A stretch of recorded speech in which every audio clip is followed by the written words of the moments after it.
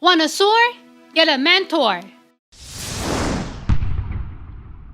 Hey, it's Evan Carmichael, and we make these videos because you're the probably most ambitious person in your circle, and you get a push by surrounding yourself with the best. So today, let's learn from one of the best, my husband Evan Carmichael. If you embody and apply this advice daily, you will win. Enjoy!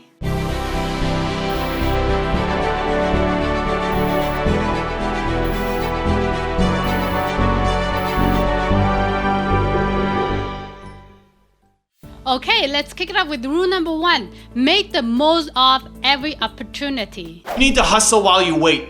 If you can embody this advice and apply it to your business on a day-to-day basis, this will be the biggest momentum shift in your company. This will move you so close to your goals at an incredible pace that is unbelievable. Just most people don't do it. Hustle while you wait. Listen, with every goal that you have, it relies on other people. You need other people to be a part of your process, right? If you're selling to customers, you need the customer to say yes. They have to make their decision. There's a bunch of back and forth. If you're waiting on a product to come, you're waiting on your supplier to come forward. There's always things that are outside your control that you're waiting on other people for.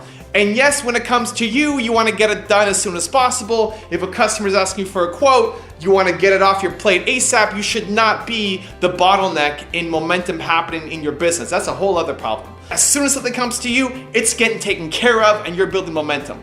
But you're still, even at the most peak efficiency, waiting for other people to take action.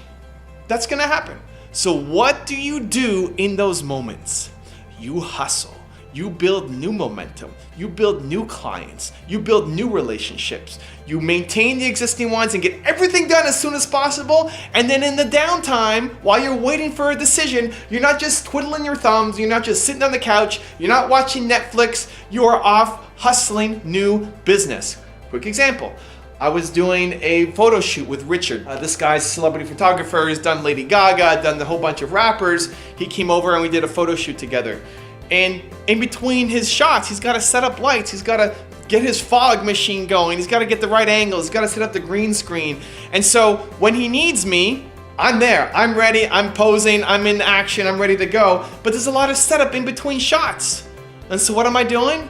I'm pulling up my phone and I'm responding to you guys. I'm making videos. I'm doing responses. I'm getting on Twitter, on Instagram. I'm doing on Snapchat. I'm sending out video responses to you guys.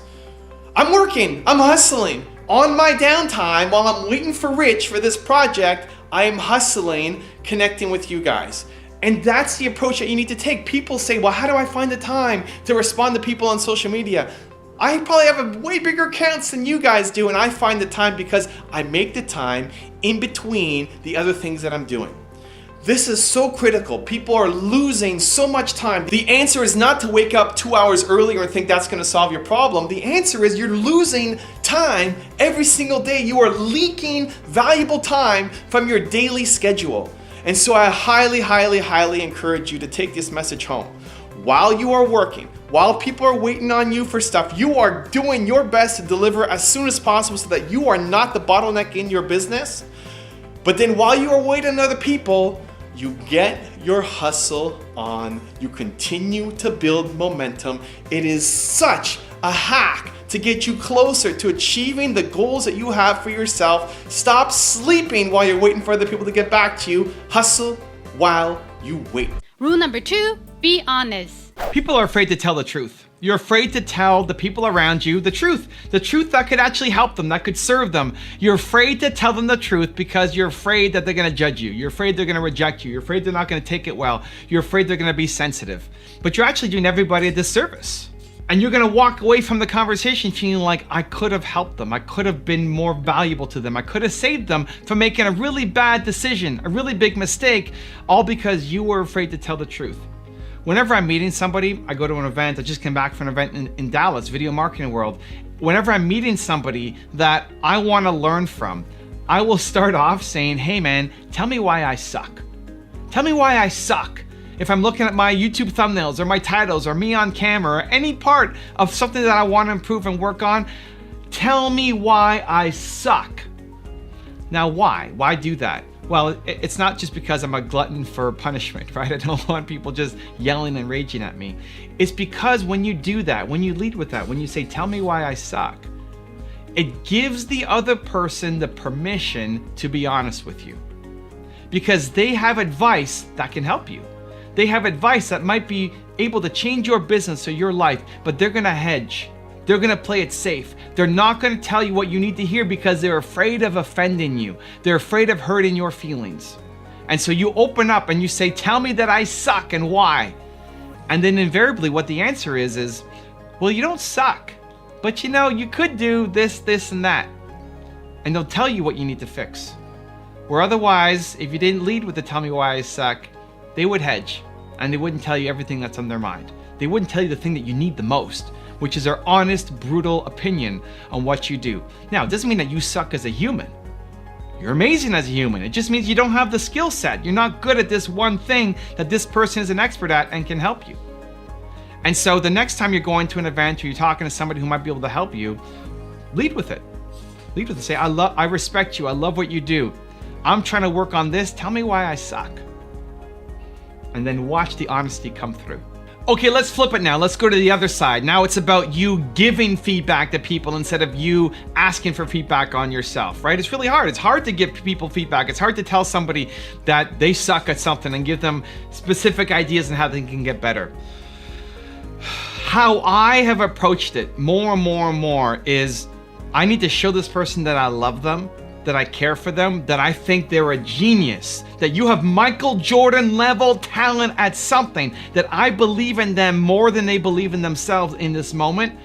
And in order to cross that chasm, you need to go and do this stuff. You need to do this, these 3 things. This is what you need to do to go from where you are now to out here. And nobody's willing to tell you the truth. I can't tell you how many conversations I've had with entrepreneurs over the past couple years where they've come back and said, thank you so much. You're the only one telling me the truth. But it's a truth from a place of love. And that's the key thing. Because as soon as you tell truth, you're poking on this little vulnerability, right? You're poking on a wound. They don't want to hear it, right? People want to be told how great they are. They don't want to hear the weakness, the vulnerability, the truth. You're poking on it. They know secretly that it's true, but they don't want anybody poking. You're poking on it. But it has to be from a place of love, and they have to feel that love. And so here's what happens. And usually with somebody that I know. If it's somebody that I don't know at all, I'm not going to go hard on them. But I'll tell them the truth. And then they'll get defensive. They'll get defensive and say, well, I don't know, come up with some excuse, right? Constantly. And then they'll defend themselves and say, well, how good they are. And then I'll go to a higher level of good than what they think. So if you're attacking somebody's YouTube videos, right? Say, well, hey, to fix your YouTube videos, you gotta be more authentic. You gotta be more genuine. You gotta tell real stories on your channel. I'm not feeling emotional connection. They'll get defensive and say, well, listen, I've been growing my channel. I'm building it up. I'm trying. I'm doing the best I can.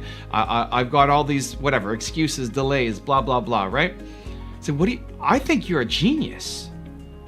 I think you can be the best in your entire industry. And at this point, it confuses them because first they're hearing a criticism and now they're hearing this insane love. And now they're willing to listen. And then that pushes them to actually take action on the thing that needs to happen. And it takes a big emotional investment to make that happen. It takes a big commitment on your part and patience to stay with them and to go through the negativity, to go through the defensiveness and come out on the other side with love and optimism, positivity and heart. But that's how you actually make change in somebody.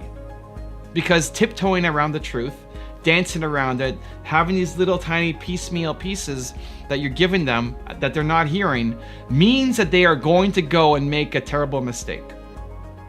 And so, at least in my view, I think it's your responsibility to help them.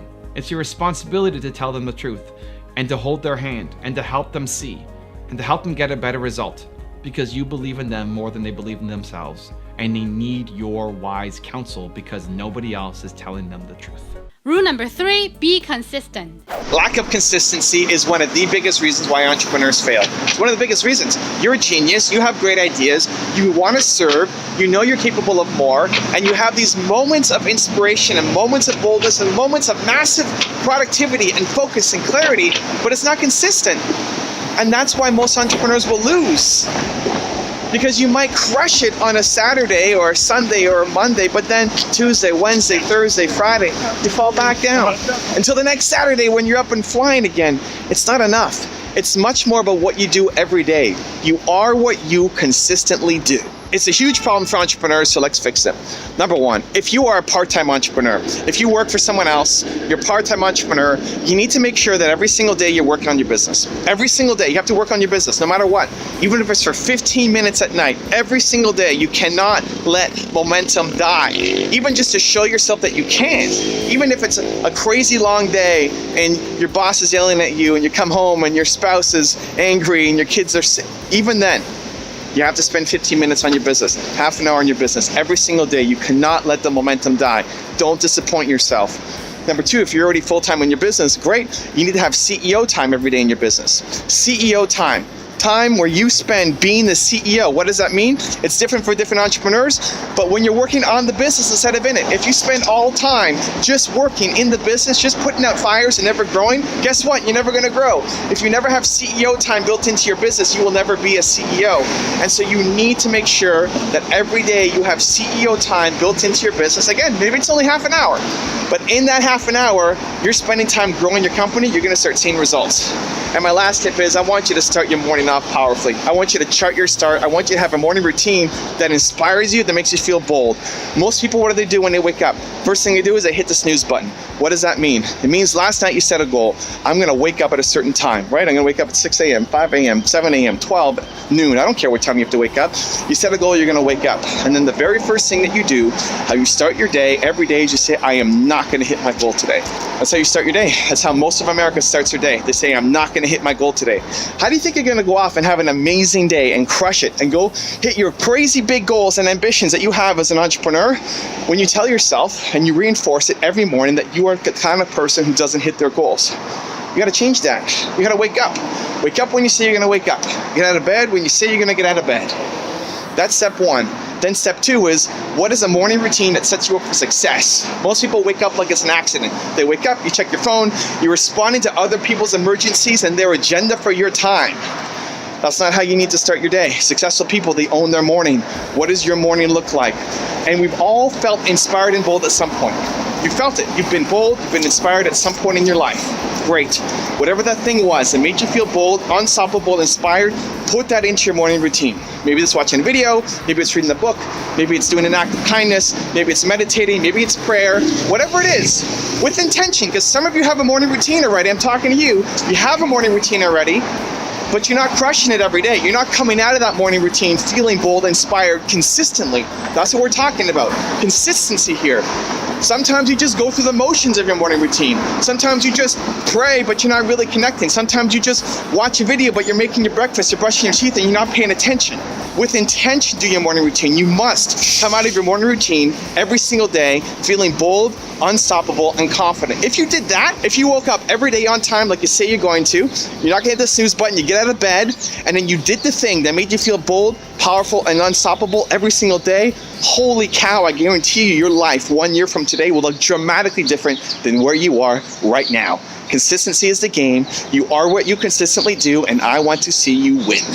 Rule number 4, take immediate action. Most people aren't happy in life because they're living somebody else's truth. You're not living your truth, you're living somebody else's version of it. Your parents, your family, your culture, your society, you're living somebody else's version of it. And so you're never happy because you never explored it. You never picked at it. You never found out what you could be. And you settled for something less than what you're capable of. You know you're capable of more. You may not know what the thing is that you should be doing, but you know it's not this thing right in front of you. I can't tell you how many people I've met on this tour who have that story to share. I had a woman whose father told her that women should not be doing any kind of entrepreneurial ventures, that women are meant to be teachers. And so she spent 15 years being a teacher before having the courage to jump off and start her own business. And now she has a multi-million-dollar construction business. I had a girl come up in Albuquerque, where I am right now, who studied for years to be an accountant. Why? Because her mom was an accountant. And so her mom made her go study to become an accountant. And she didn't know what she wanted to do. So she said, okay, great. Yeah, I'll be an accountant. She just graduated and realized, I don't want to be an accountant. This isn't for me. It's easy. It's the path that my parents took. Like, it's great for me to get into it. I can get easy money. You know, my mom said, I'll like it when the money starts coming in, but money's coming in and I don't like it. I want to do something else. I know I'm meant for something greater. And so she told her mom, I don't want to do this. I want to learn how to be a management consultant, and I'm going to go back to school. That takes a lot of guts. That takes a lot of courage. Most people do not have that courage. Most people do not have the courage to stand up to their parents and say, I don't want this life. It doesn't mean you have to hate them. You have to attack them. You have to tell them they're wrong. This is for you. You don't want that life. Most people never have that courage. And the story that comes to mind for me is Actio Morita. And use this as motivation, as wisdom. If you are trying to battle your parents or your culture, your friends, or your society, remember Actio Morita. He started Sony. Now he came from 11 or 12 generations of sake brewers, Japanese background. The Japanese culture is super family oriented, and the oldest always takes over the family business. The oldest has to follow in line with what the family was doing. And so he was expected to take over the sake business. And it's not just one generation. You're talking 11 or 12 generations in a Japanese society. And he said, I don't want to do this. I want to start my own business, a technology company, at a time when Japan was known for super low quality products. This is the man who put Japan on the map for high quality products. That products coming out of Japan meant something, was a stamp of quality because of Actio Morita. And he went on to build one of the most successful brands in the world, Sony. But it starts with having the courage to say, that's not my life, that's not my truth, that's your truth. And it's out of love. Your parents love you, your friends love you, your society, your community, they love you. It's not out of hate. It's very few parents who say, do this because you're gonna suffer. You know, it's out of love. They just have a different version of it. Their world is different. They don't understand the world that you're growing up in. And so you have to have the courage to go off and start your truth. The challenging part, though, is it's uncertain. You don't know what it looks like. You haven't started. And so here's what I call the 2% difference. This is the secret to moving forward. As soon as you get an idea, you get an idea for something, trust that idea. Trust that idea that it's actually the right thing for you. Because what we typically do, you get an idea and then your brain talks you down from doing it. Your brain says, well, you're not talented enough, you haven't gone to school, you don't have the money, you don't have the resources. It talks you down from doing that big crazy thing. I believe that idea came to you for a reason, and you need to trust it and go take action on it.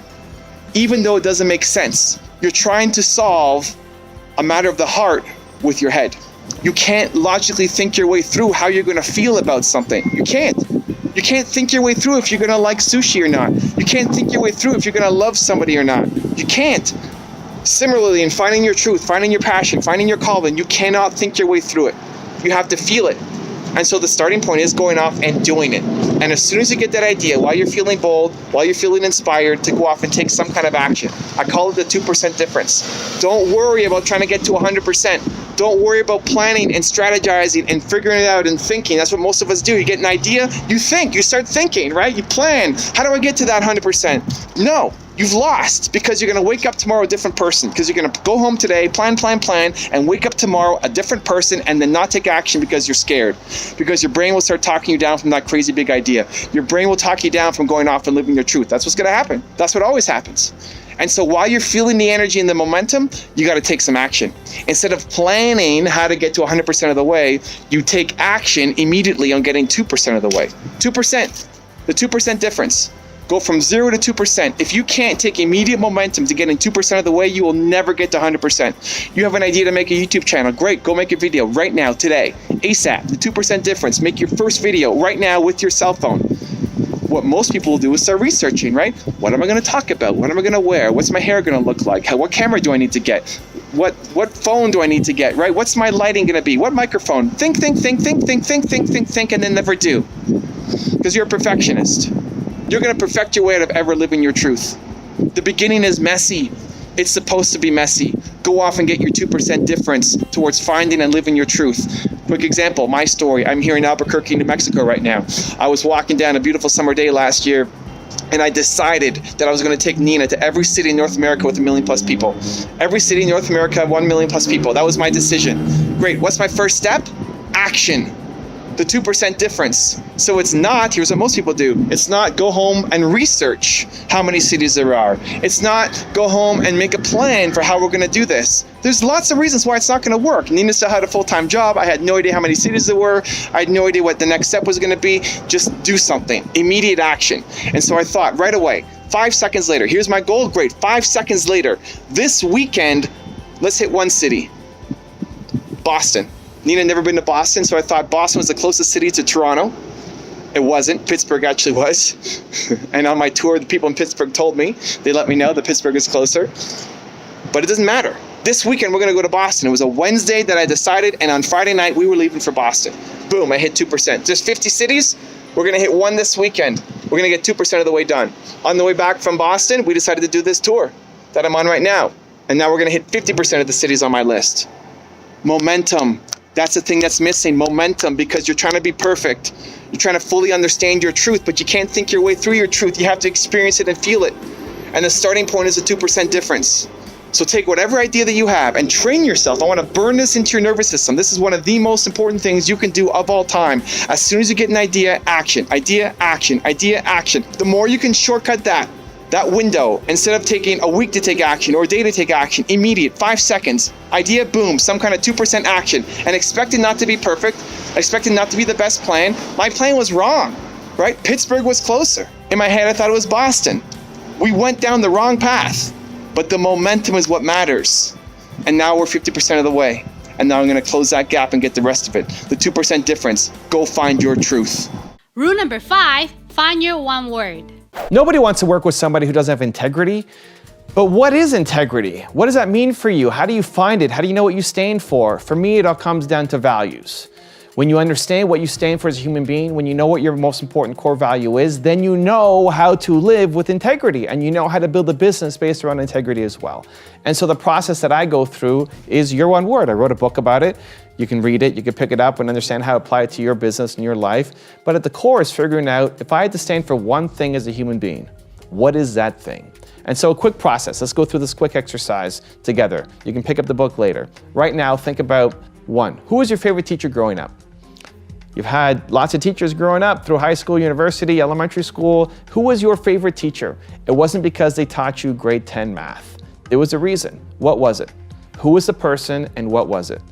2, what was your favorite movie growing up? Pick your favorite movie and why. And then 3, who's your favorite entrepreneur? Who's the person that you looked up to the most? Who did you learn the most from? Who do you most want to emulate? If I run through that scenario for myself, number 1, my favorite teacher is Madame Farr growing up at my school, Crescent School. She always believed in me. She always helped me. She always guided me. She helped take me from being a B student to an A+ student in my final year. She made me feel like it was possible. 2, my favorite movie is Seabiscuit. It's about this racehorse that's too small and a jockey that's too big and an owner that has no money and a trainer that's down on his luck. And they all seem to come together to build this racehorse that goes off and wins a whole bunch of races and helps lift the nation based off a true story. I've seen that movie at least 30 times. 3, my favorite entrepreneur is A.P. Giannini. He started Bank of America. He was the guy who first gave immigrants in America money as a loan. He lent money to people based off of a handshake and a look in their eye, if you can imagine. He gave Walt Disney the money to have his first feature-length cartoon. Everybody thought he was crazy. And so what's a common thread through all that? Between Madame Farr, Seabiscuit, A.P. Giannini, they may all seem totally disconnected. They're not. If I had to write down 3 characteristics, this is what you should do. You write down your 3 names, and then you have 3 characteristics for each one. The word believe pops off the sheet for me. I think about all of them, and believe comes out. Madame Farr believed in me. My other teachers are really nice. They really helped me. It was amazing, but she really helped move the needle because she believed in me. Seabiscuit, I've seen lots of movies. I love them all. It's great. But the idea of believe coming through that racehorse, I love it. It's a cheesy movie, but I love it. And then A.P. Giannini is the believe banker. Lent money to people and bet on them when nobody else believed in them. My one word is believe. As a result, I've built my entire business around it, right? My life and my business are built around belief. My videos, my newsletter, my website, my speaking gigs, the books that I write, everything I create, it's not just a strategy, it's a way of living. And that's having integrity with yourself. So why don't I make a top 10 video series on the stupidest things that people say? Because it's anti-belief, because it's negative. My channel would actually be bigger if I did the negative side of things. People would rather be entertained and laugh at others than educate themselves and get better. People would rather sit at home and watch 4 hours of Netflix every night than go off and spend 4 hours learning and try to build a business. They just would. We'd rather be entertained and educated. But I don't want to be in that business. I don't want to be in a negative business. I don't want to be in the hater business because my one word is believe. And so that's having integrity with myself and then integrity with you guys, my audience, my customers, the people that I work with. And so yes, integrity is at the core of everything. If you don't have integrity, people do not want to work with you. But how do you figure out what that means? Of course, you're not going to go lie to somebody, right? Of course, stealing is going to be bad. But what else? How do you get more specific? The biggest problem is lack of clarity. People don't know what they stand for. And as a result, you're living up to other people's expectations and versions, where I want you to live inside yourself. I want you to be standing on a rock when everybody else is standing on quicksand. You have clarity, you have definiteness of purpose. And it starts with figuring out your one word. So you can pick up the book, or you can go through that 3-step process. Think about who your favorite teacher was and why, write 3 words down for it. Think about what your favorite movie is and why, write 3 words down for it. And think about who your favorite entrepreneur or hero is of all time and why, write 3 words down from it. Look at what's similar, your one word will pop off the page, and now you know what integrity means to you. Also, if you want to have more self-confidence and self-belief, I've designed a special free training to help you do it. The science says it can take up to 254 days of consecutive action to build a new habit. And I want that for you. I want you to build the habit of self-belief. So what I'm going to do is email you every day for 254 days a link to an unlisted video that will shift your belief forward. To get on it for free, the link to join is in the description below. Find whatever the smallest first step is, and then the smallest next step is, and continue to build those steps. And when you look back, you'll have realized that you made some pretty significant progress. You can use rejection as fuel to help you go off and do something bigger and motivation to, I'm gonna prove them wrong.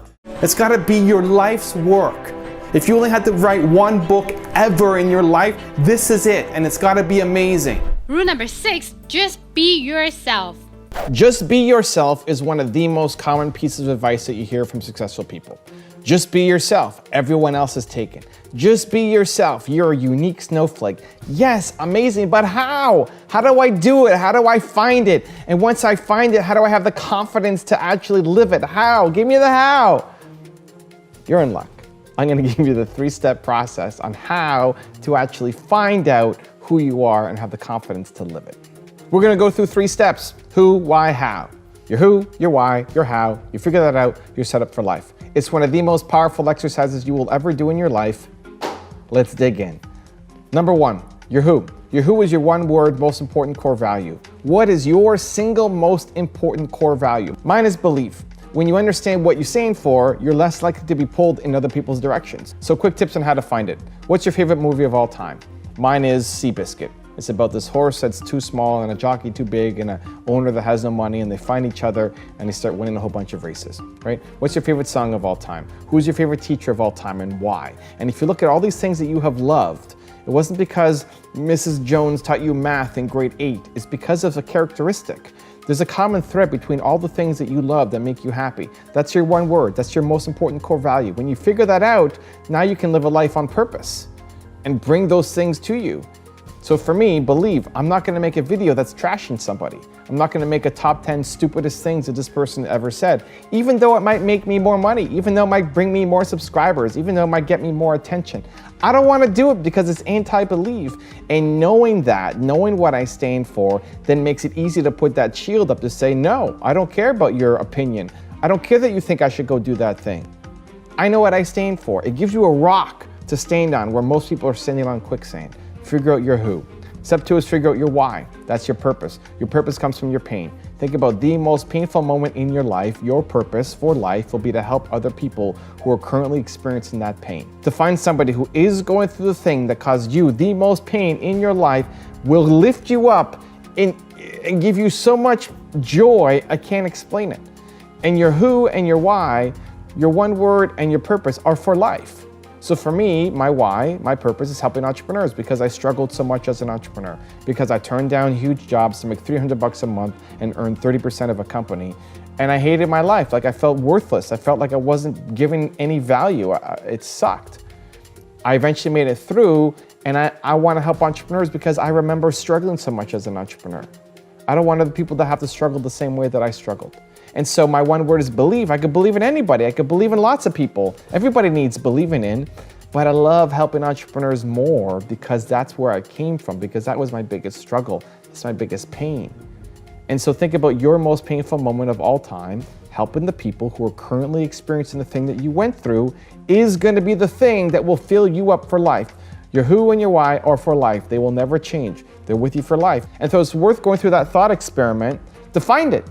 Because most of America has no idea what they stand for and what their purpose is. Step 3 is your how. Now it's figuring out, how did you get through the thing that you went through, right? I struggled as an entrepreneur. The thing that saved my business was modeling Bill Gates. How did Bill Gates build a software company? That's what I had. I had a software company. I wasn't working. I copied Bill Gates' strategies, applied it to my business, had my first sale shortly after for $13,500. It may not seem like a lot of money, but for me, it was money. It was money. It was bank. Like, holy cow, something's actually working.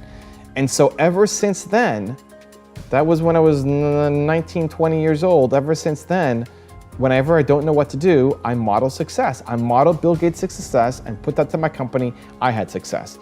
And so what have I done for the past 20 years? Made content, made videos. Look at my channel, profiling different successful entrepreneurs to model their success. The path that I use to get out of the hole is the path that then I teach. The path that you use to get out of the hole that you're in becomes the path that you teach. It's a system. It's replicatable. You can teach other people how to do it, because a lot of the people who are struggling with the thing that you struggled with, they never find their way out. You can help them by showing them the path that you took. And so your who, your why, your how. When you figure that out, that's how you are yourself. And now you've got this amazing rock to stand on. When other people think you should go do something else, you don't care. It doesn't hit you. It bounces off you because you're confident in yourself. And so yes, be yourself. And it's gonna come up over and over and over and over again. Look at the top 10s, look at the espressos, look at all the videos, look at the interviews, look at the people that you look up to. They're all gonna say, just be yourself. But how? This is the process. Figure out your who, figure out your why, figure out your how. Go through those 3 steps and you're set up for life. And I'm so pumped to see the journey that you go on. Rule number 7, love the struggle. You need to learn to love struggle. You need to learn to tell yourself that the struggle is the best. Because if you're not chasing down difficult things, you're living a life so safe, so inside your comfort zone, that you're never happy. I had a woman come out to my event last night here in Milwaukee, and I gave her some advice on how to build her business, and she said, wow, that sounds so hard. Yeah. Teach yourself that you're the kind of person who does hard things. I love hacks, I love shortcuts, I love optimizing, I love it. It's amazing, it's the best. And I love doing difficult things. Otherwise, you stay inside your comfort zone and you only do the things that you feel safe to do. And then you hate your life. If you're not pushing up against your comfort zone, if you're not stretching further, if you're not going into the struggle, you hate your life. The people who are the most fulfilled are the ones who are off, pushing the envelope, doing difficult things. I look at this, I broke my neck in Denver, right? I broke my neck. I continued to tour. We still had, 5 or 6 more stops that we had to make, almost a month of touring. You still had to go off and do the tour. I canceled 1 stop, then I did a short version in Kansas City, and then I did all the way through. We're still going, full 3 hours. I had to still make videos, right? Videos still have to go up. Last week, I was still suffering from a concussion.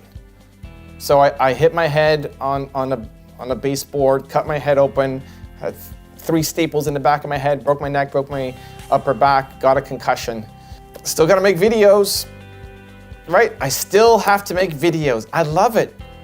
Because it's in the difficult times that you show yourself what you're made of. When it's easy and you win, you don't care. If you win a race against 3-year-olds, who cares? But if you go up and race against Usain Bolt and he beats you backwards on 1 leg, you're still pumped because you got in the race against Usain Bolt.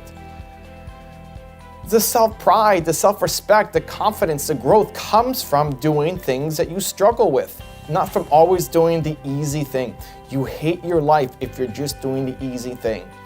So last week I had to make YouTube videos. I was still a bit concussed. Like, I don't think I can do this. I can't do a full set of making videos. And so you may have seen my wife on the main channel doing a lot of the points. I did the intro for the top 10 and then she did the actual points. On the Espresso videos, these ones where I usually share my opinion. Last week, We had a whole week of me not sharing my opinion because it was too much, because the bright lights on me with concussion, I couldn't do it. But I was still proud of my effort. The results sucked, right? The result of making a final product that is gonna crush it probably didn't happen. But I'm proud of my effort. I struggled through it. And even though my result was worse than what a normal video would be, I'm so much happier. I'm so much more proud of myself because I did it when it was difficult. And so today I'm back in my game, back to doing the Espresso videos, back to sharing my thoughts and my feedback. But I'm still pumped that I did it last week, where most people would throw in the towel and say, okay, I can't do it. Or they'd go home and quit on the tour, and everybody would say, no problem, go for it. Like, it's understandable. Do things that make you proud.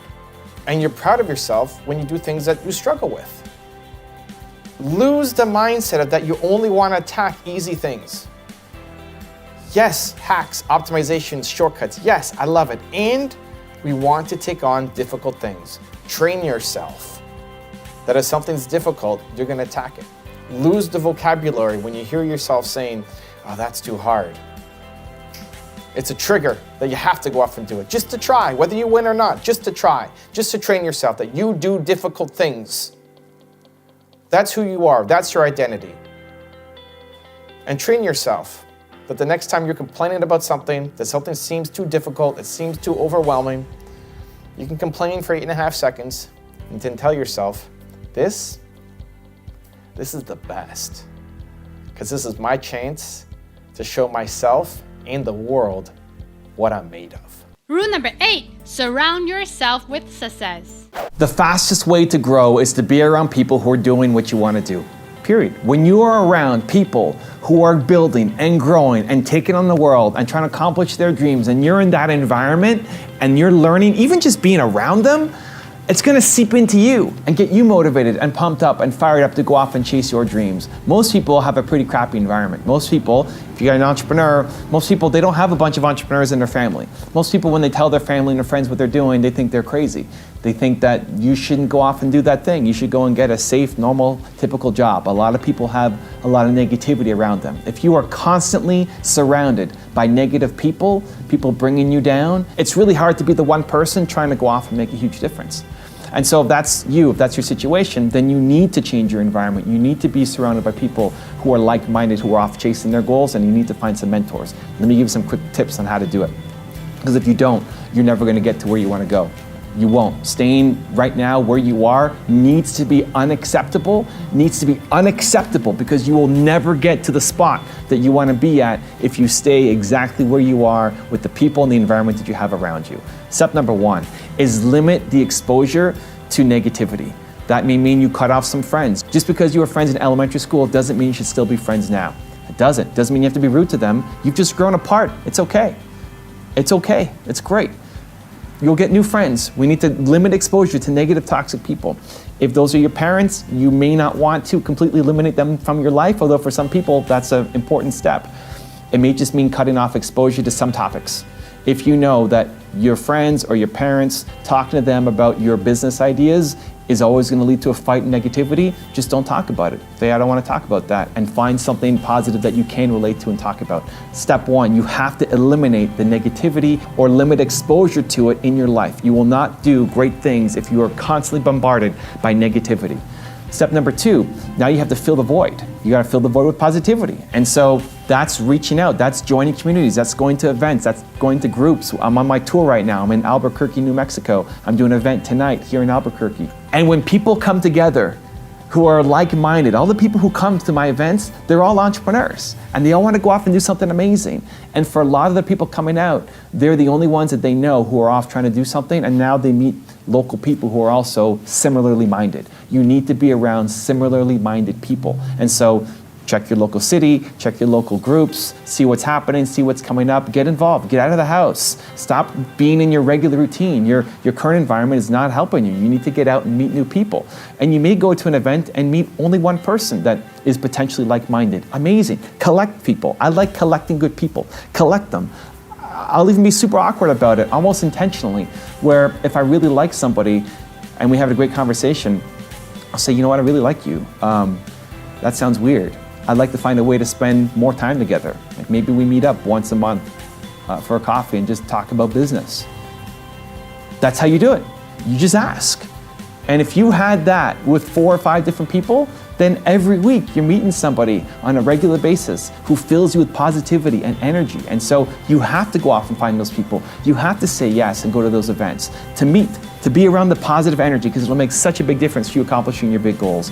And then step number 3 is get more mentors. You need to get mentors. And one are aspirational mentors, and that's what I see through what I do, right? Through my content. I learn through the aspirational mentors. I learn from Kanye, I learned from Dandapani, I learned from Oprah Winfrey, I learned from Mel Robbins, I learned from these people. They make me better, even though I haven't met most of the people that I profiled on my channel. I learn from them, they make me better. Being around them and their energy and their wisdom gets me fired up. Seeing people going off doing amazing things, and I get that 3 times a day on my channel, right? Like, it will shift you, it will. If you are watching content, you may never meet Dandapani, but if you're watching his content, if he inspires you and you watch his content on a daily, it will shift you, because now he's a voice of positivity in your life. And then you can get real mentors as well. For those of you who are following my Path to 10 Million Subscribers series, I'm having people who I respect and look up to coach me on different things that I need to get better at, who they'll watch my stuff and say, hey, here, this is where you're great, but here, you suck. You got to get better at this thing. You need to make the decision to change your environment. You need to make the decision that your life is important, that your mission is important, that being where you are right now is not acceptable, that you don't want to be here again in a year. Like 1 year from today, you can't be in the same environment. You can't be around negativity and toxicity every single day. You need to follow those steps. You need to remove the negativity from your life. You need to seek out positive energy and be around people who build and lift you up. And you need to start seeking out mentors, whether they are face-to-face mentors or aspirational mentors, to help you get to where you go. Your life is important. Your mission is important. You need to start treating it as so. Rule number 9, take ownership of your life. If you woke up and did the thing that made you feel bold and unstoppable and powerful and confident every single day, if you started your day with that thing, your life would look dramatically different 1 year from today compared to where you currently are right now. The problem is most people wake up like an accident. Most people, they wake up, they check their phone, and they're immediately responding to other people's emergencies and demands on your time. You're not in control. You haven't decided to take control of your day, that your day is important, that your life is important, and you are going to take ownership of it. And so you need to block off the time in the morning.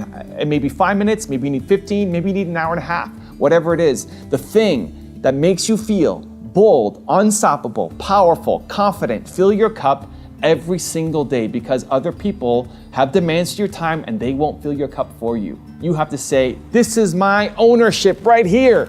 Nobody's touching it. I'm taking charge. Now that looks different for different people. How Oprah does it is different than how I do it, is different than how Dwayne "The Rock" Johnson does it. Dwayne Johnson has to get his 4 hours of workout in every day. When he's working on a movie set and he has to be in by 9, he'll wake up at 4 in the morning so he can go work out for 4 hours and then go back and shower and get ready for his movie. So he's only sleeping 5 hours a day when he's doing movies. I think that's crazy. But to him, that's balance. That's him filling his cup. That's him reminding himself of what he's doing. He loves working out. That's why I don't look like Dwayne "The Rock" Johnson, right? There's a difference between us. I would rather sleep. I would rather do something else in the morning. And so we tend to look at what we're doing against somebody else. You tend to look at Oprah and say, well, she's doing it this way, I need to do that. Dwayne's doing it this way, I need to do that. Evan's doing it this way, I need to do that. You judge yourself against other people's routines and methods of filling their cup. And I think that's actually a recipe for failure, because you are not that person, because what works for them is not gonna be the exact same thing that works for you. Here's the good news. You already know what fills your cup. You already know what makes you feel bold and alive and full of momentum and confidence. You have had that happen to you in the past. You're just not living there consistently. You know what has helped you feel full, but you're living there 1% of the time.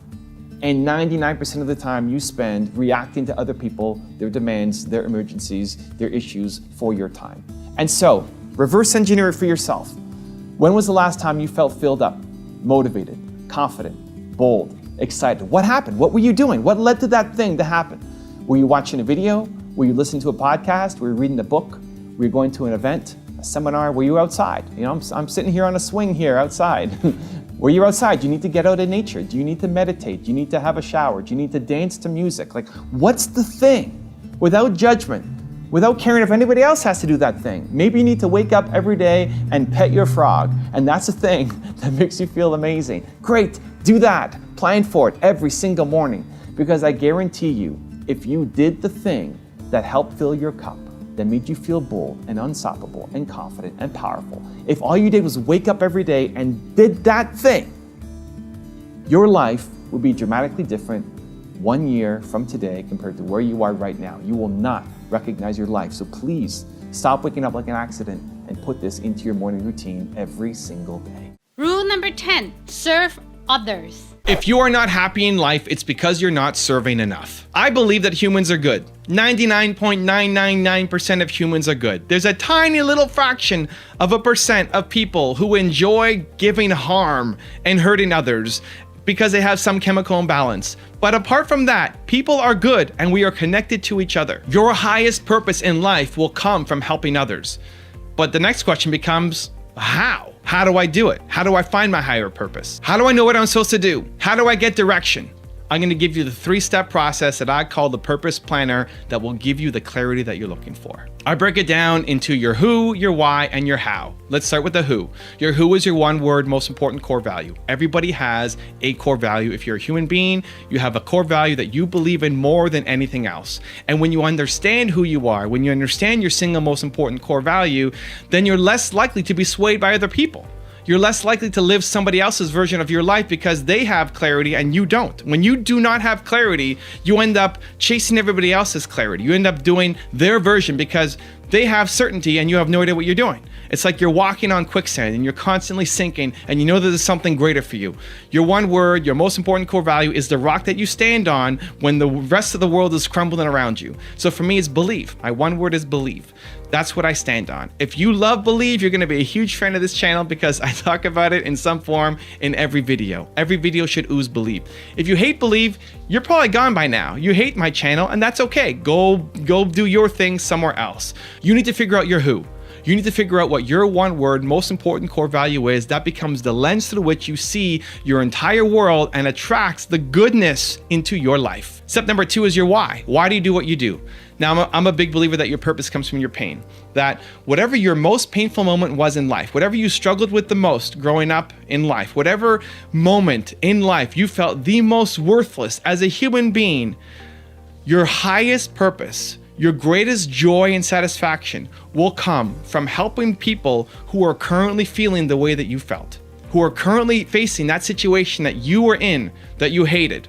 The thing that you would never wish upon anybody else in the world, lots of people are going through that thing. And if you can step in and help those people, that's going to be so filling up your soul, I can't even explain it to you. For me, my one word is believe. That's my who. My why is I struggled so much as an entrepreneur. I hated my life. I was struggling. I was making $300 a month. I felt worthless as a human. I felt like I was bringing no value to the world. And that was massively frustrating. I felt alone and I didn't know what to do. That's why I love helping entrepreneurs. I love believing in entrepreneurs. Why entrepreneurs? It could be anybody. I could believe in anybody. Believe is at the core of who I am. It's my one word, most important core value, but I could be believing in anybody. And I do, and I love it. But entrepreneurs hold that special spot for me. And the startup entrepreneurs, not the ones who are already making tons of money, I love them too, but I resonate so much more with the startup entrepreneurs because I remember what it's like eating at McDonald's and only being able to afford French fries instead of an entire meal. So your why, your purpose comes from your pain. Figure out what that most painful moment was for you. And it's hard because entrepreneurs, we like looking and being optimistic and looking forward and being positive, but it's in that pain that your answer actually is. Find out what that most painful moment was. Your why, your highest purpose will come from helping people who are currently facing that right now. And then step 3 is the how. So how are you going to do it? There's a lot of ways you can help people who are in that situation.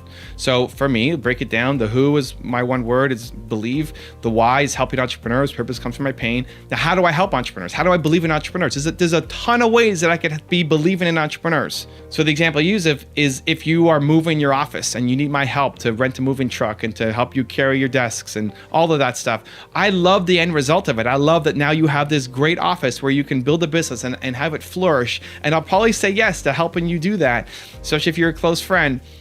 But I don't love the process of moving. I don't love the process of packing up boxes. I don't love the process of setting up cables and wires and putting together an office. I don't love that process. I love the result. because I'm believing in entrepreneurs, but I don't love the process.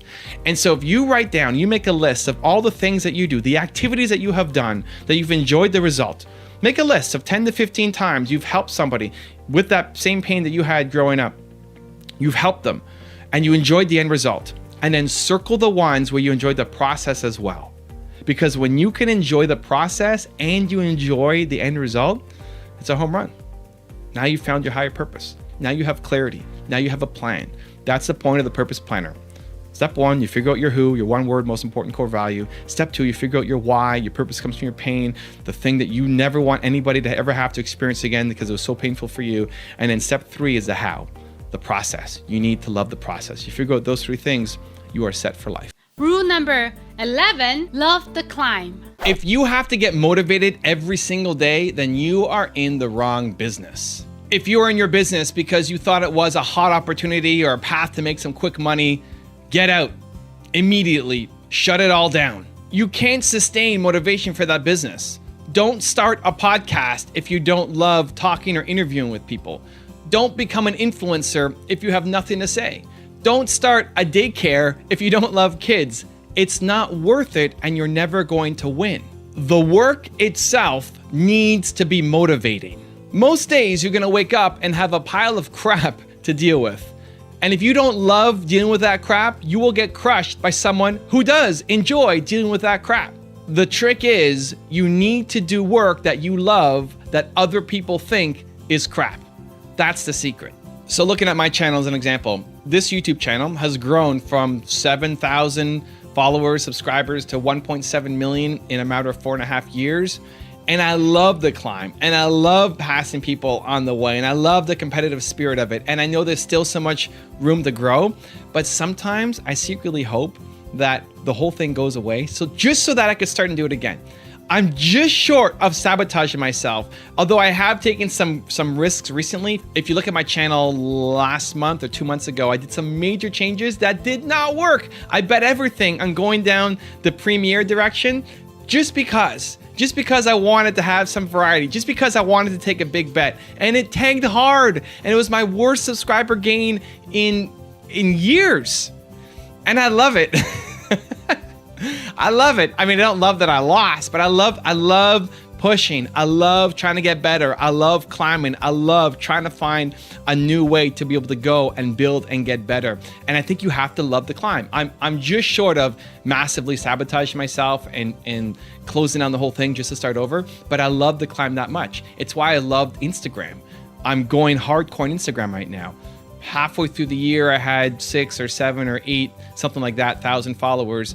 And now I'm at almost 80,000 followers by still posting 6 times a day and by going live 5 times a week and by making 3 to 8 to 20 stories a day and doing IGTV and all that stuff. I love the climb. I love it. I love when people look at my YouTube channel and say you have 1.7 million subscribers, but you only have 6,000 followers on Instagram. Like, what are you doing? You're a joke. I love it. I love it. I love it. I love looking at everybody who's ahead and having the ladder to climb up again. I love it. All the people who I pass on YouTube are all crushing me on Instagram, and I love it so much. And it's not doing it only to beat somebody else. It's just a competition. I like the competition. I like figuring things out. I like the hustle and the grind to try to win. I don't like being number one. I like chasing down number one. You know, I like that there's always something ahead of me to go and grow and chase. And so I think that has to be part of the entrepreneurial gene or DNA. I think having that competitive spirit is essential. And I think if you are number one, then you need to find a way to reframe it. Now being at the top of the game on the YouTube side, it's like, well, how do I get to 10? You know, how do I get to 10 million? And sometimes it's hard because I don't see PewDiePie or any of the guys who are like way ahead of me as real competitors because we talk about different stuff. And so it's a harder leap, but I have to, like, to get excited about hitting 10 million. I have to start thinking about who's ahead of me now and like who's my next person to run with. It's me and Gary, right? It's me and Gary, right? We're 1 and 2, depending if you're looking at views or subscribers. We're 1 and 2, and it's me and him butting heads, going back and forth, and I love it.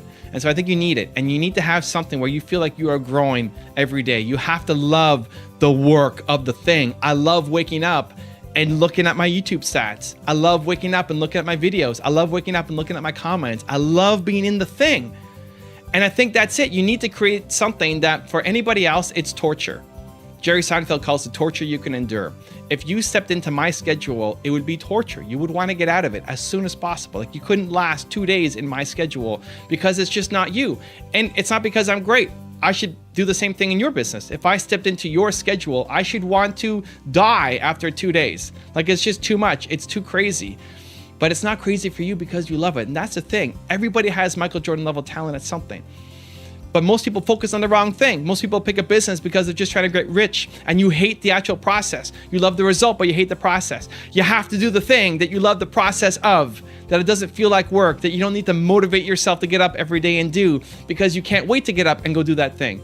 I love waking up and doing my YouTube and doing my Instagram and wondering how that last experiment worked and diving into the data and doing A/B split tests on the thumbnails. Like all that stuff is fun for me. It's fun. That's why are you so happy, Evan? Because I love what I do. Most days, not every day. There's a lot of crap you got to deal with, but I love dealing with all that stuff. I love it. And that's the trick.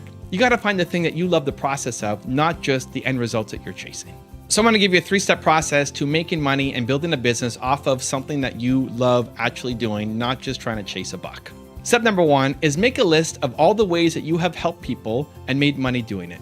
Make a list, like write down all the things that you've done that you've made money by helping people. If you're not helping people, you're not making money, right? Business is about helping people. You bring value, you make money. What are all the ways that you have made money by helping other people in some form? Make a list. Step number 2, then we're going to look at what did you love the process of and not just the result. So the result was I helped them and I made some money. Great, it's a win-win situation. But which of the ones on your list, go and circle them or put a star next to them or however you like taking notes, of the ones that you enjoyed the process of. Like you enjoyed it. You enjoyed servicing that client. You enjoyed selling that product or service. You enjoyed making that thing. Like you actually enjoyed it. If you're a moving truck company, you may enjoy that you have helped somebody move to their new place and you may enjoy that they paid you and that's great. But like, did you enjoy the moving? Do you like seeing new places? Do you like getting outside and getting a tan? Do you like being able to work on your body and build muscle as you're moving? Like, do you like it? Do you like moving stuff? Like the best movers love moving. The best YouTubers love making YouTube videos. The best hockey players love playing hockey. And put a star next to or circle all the things on that list that you created of how you've made money helping people, that you enjoyed the process of doing it and that you would almost do for free. You would do for free because you loved it so much. And then step number 3, with practice, what do you see that you could become world-class at? So look at that list of the ones that you have made money from doing, right? Even if it's you only made $100, right? You made some money doing it. Then you start or circled it because you enjoyed the process of. How many of those are left? Hopefully at least one. Otherwise you got to start over or you got to try more things, right? But then what do you see yourself being world-class at? Like if you practiced it a lot, could you become one of the best in the world at? You may not be there now. You may not be there yet. You may not put in a lot of work at it yet. It may be something that just came naturally or it was an opportunity that showed up and you said yes to. But you know that with some practice, with dedication, with effort, with hustle, with ongoing years and years of beating on your craft, you can become the Michael Jordan of that industry. What is that thing? And so when you combine all 3 of those things, that's when you start making money from the thing that you're passionate about. When you 1, figure out what have you made money from by helping people. When you 2, then look at which of these tasks have I actually enjoyed doing, not just I enjoy getting paid to do it. And then number 3, which of these can you actually be world-class at? Do you have Michael Jordan level talent at? Figure that out. And you are on your way to building an unstoppable, impactful business. Rule number 12, the last one before our very special bonus clip, start now. There is no perfect first step. There is no perfect plan. There is no perfect time to get started. A lot of people are so held up on finding what the perfect first thing is to do that they do nothing. And that's the ultimate failure. The ultimate failure is doing nothing and just sitting on this idea and never taking any kind of action for it because you're worried about making a misstep. You're worried about making a mistake. You're worried that it's not perfect. Your perfectionism is killing you. It's preventing you from doing amazing things in your life and with a business. You take any step. You have a vision. Here's what I want to accomplish. Here's my goal. I want to write a book. I want to start a company. I want to, whatever it is, whatever first step comes to mind, go out and do that. And then adjust. Adjust. You can have the best plan in the world, right? And I'm all for business planning. It's not just, I'm just going to throw an idea out there and see what happens, right? You can plan, you can model success, you can look at what has worked for people. But you have to go out and do it. Because the best plan is obsolete as soon as you start executing on it. And this is what almost killed my first business. This is how I learned the lesson, because I was that guy. I was the perfectionist. I didn't want to do anything until I had it all figured out. And you only later realize that what you think you figured out, you have no idea what you're talking about because you haven't gone out and done anything yet. I lost a $40 million deal in my first company. I was making $300 a month, sucking in my company, turned it around, started making an income, and had an opportunity to sell my business for $40 million, and I lost it to my biggest competitor because I had to have the perfect plan, because I spent an entire summer working on the perfect plan, and I was too late to the table. I was looking the wrong way. What made great sense on paper wasn't actually what was going to happen in the market, and I lost a $40 million deal because of it. That kills. That sucks. I was 22 years old. It's important to plan, but you need to do. And don't get so hung up on having the perfect step. Don't worry what the first step is. People write in and say, what's my first? It doesn't matter. Something.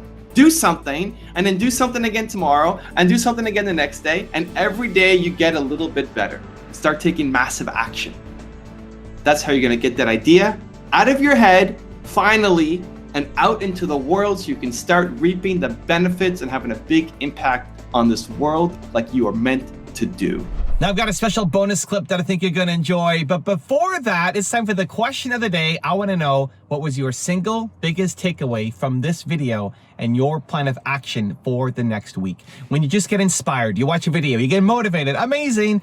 The science says you have a 35% chance of actually doing something, actually following through. That, Believe Nation, is not enough. That is not you, not now, not anymore, not today. But when you get inspired and then you create a specific plan of action for what you're gonna do, that number jumps to 91% chance of you following through. And when you commit publicly to others, like leaving a comment in this video, it jumps to 95%. So the question of the day is your single biggest takeaway from this video and your plan of action for the next week. Put it down in the comments below, and maybe next week I'll profile you. Most people are so afraid of losing that they don't even try. You'd rather stay average because going for greatness means you might fail. Adopt this mindset. It's better to know and to fail than not to know. All of your heroes failed on their path to success, and if you are unwilling to risk failure for greatness, you will stay on your exact same path that you're on right now. So I was recently faced with an impossible choice where I didn't know the outcome, where two people who I respected told me opposite bits of advice, and it was around splitting up my YouTube channel. I have had my YouTube channel, my main one, for over 10 years. It's crazy, 10 years of creating content. I got up to making 3 videos a day on my main channel. I get on a call with Matt Geelan, who's one of 4 people in the world who, if they gave me advice on YouTube, I would really strongly, deeply think about it. I respect him and 3 other people that much. And he told me, Evan, you need to split up your channel. Evan, doing 3 videos a day on the same channel hurts you, and you should split it up into multiple channels. That was an impossible choice. I mean, for me, it was scary, it was difficult. I don't know the outcome. So I asked some other friends of mine, somebody else in the top 4, and he says that is the biggest mistake you could make. Don't do it. It's a huge mistake for your channel. It'll hold you back. So now what do?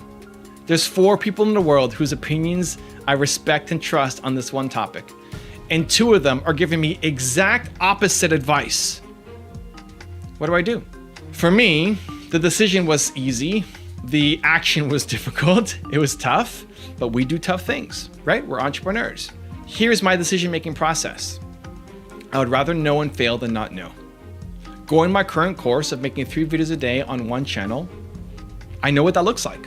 I'm liking my success, I'm liking my growth, but splitting up my channels and going down to 1 video a day on my main channel, I didn't know if that would work.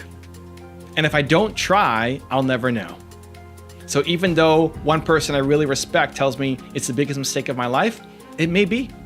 It may be the worst decision that I ever make in my YouTube career, but I won't know unless I try. And I would rather live my life without regrets, knowing that I got the information instead of being afraid to act. And so I split it up. And listen, right now, it's actually not working. Right now, the views on my main channel are down. The subscribers on my main channel are down. The amount of money I make from my main channel is down. And my other channels like this one haven't grown enough to combat it, to replace it. But I'm still soldiering on. I'm still continuing down this path. Now, if it's a year and it's still the same thing, okay, maybe I have to go back to my old strategy, but at least I would know. And so you can look at that and say, well, you lost all that opportunity. Yeah, I made a mistake, but I'd rather know and fail than not know. Because if you only take safe bets, if you only take the bets that you know you're gonna win at with 100% certainty, then you play small for life. Then you're only gonna take on the projects that there's zero risk of failure at, which means you stay in this tiny circle. I don't wanna live in a tiny circle. I wanna change the world. I wanna have a huge impact that comes with a great deal of failure, just like all your heroes. So I'm living it right now. This video speaks to me and hopefully we come out on the other side, but if not, we'll go back to what we were doing because it's not fatal. So I have a 3-step process that I want you to follow right now to take some action and not just watch another video. Step number 1, what impossible choice is in front of you right now? What's a super difficult decision that you're trying to figure out right now where you don't know if this is gonna work or this is gonna work? People are telling you to do different things and you have uncertainty around it. What is that one choice for you? Number 2, which would you regret more if you don't do it? So look at your 2 options. I could do A or B. Which would you regret more if you don't do it? So for me, if I did not split up my channel, I would regret it. I would regret not knowing. I would regret not knowing, so I had to go off and do it. It made the decision easy. Doesn't mean that doing the steps is easy. Emotionally, it's very difficult, but the path was clear and that I had to go off and do it. So between your 2 choices, which one would you regret more if you don't do it? And number 3, how can you make it not fatal and limit the downside? So if you take that choice that you're afraid to do, that you might regret if you never try, how do you make it not fatal? So that if it totally goes to crap, if it's 0, you get no results, it's negative, you spend all this time on something that doesn't work out, how do you make it so it's not fatal for you? How do you limit the downside? I still have my main channel. It's not gonna go as well as potentially all these other channels, right? It'd be better if everything was combined, potentially, but I still have my main channel, right? Whatever choice is in front of you, how do you just get started? Don't go out and necessarily take on a huge loan, mortgage the house a 2nd, 3rd, and 4th time, right? Start with your energy, your hustle, your drive, your ambition. How do you make it so that you just get started, you limit the downside, and if it doesn't work out, it's not fatal. You can still move on with your life.